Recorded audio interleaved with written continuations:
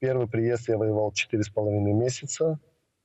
Именно я был и на фронте, на нуле, в различных областях.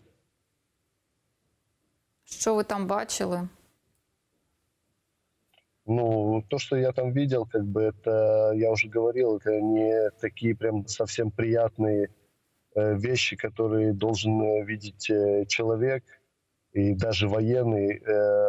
Именно смерти меня больше поражало, когда мы видели в различных деревнях смерти детей или смерти женщин, простого мирного населения, или когда ты общаешься с мирным населением, с теми же женщинами, которые рассказывают, что их насиловали по 10 человек российские оккупанты, то это ненормально слышать, когда люди рассказывают, как их затаскивали в различные гаражи, в подвалы, женщины рассказывают, как им засовывали в рот строительную пену, а потом насиловали. Это ненормальные вещи, это просто ты не знаешь, как на это реагировать и что людям говорить.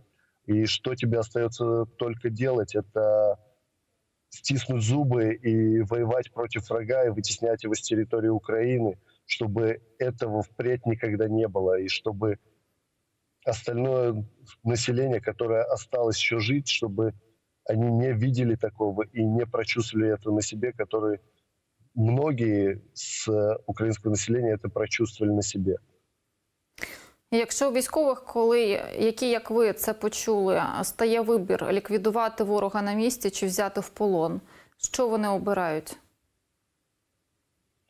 Ну, во-первых, на сегодняшний день, конечно, это очень тяжело, да, врага оставлять в живых, но это нужно делать, и мы это тоже делали, потому что ты знаешь, что за каждого пленного есть и наши пленные, которые находятся в плену, и надо их возвращать домой, надо их возвращать к семьям, надо их возвращать близким людям, и поэтому, конечно, лучше брать в плен и оставлять их живыми и потом просто менять на своих пленных и возвращать домой своих именно братьев. Ну, це краще, а так відбувається?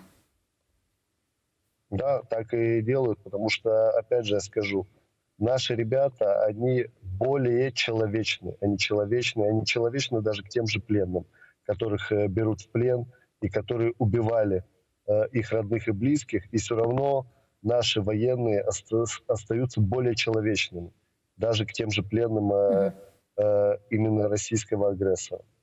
Денис, а ви з деякими полоненими спілкувалися? Вони визнають свої злочини там відверто в очі чи бояться?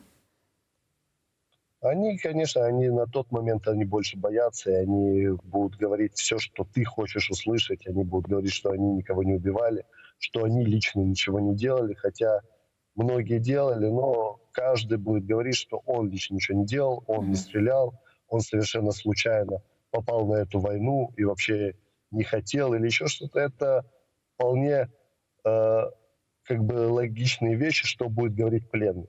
Лишь бы, чтобы его ничего с ним не сделали плохого, скажем так.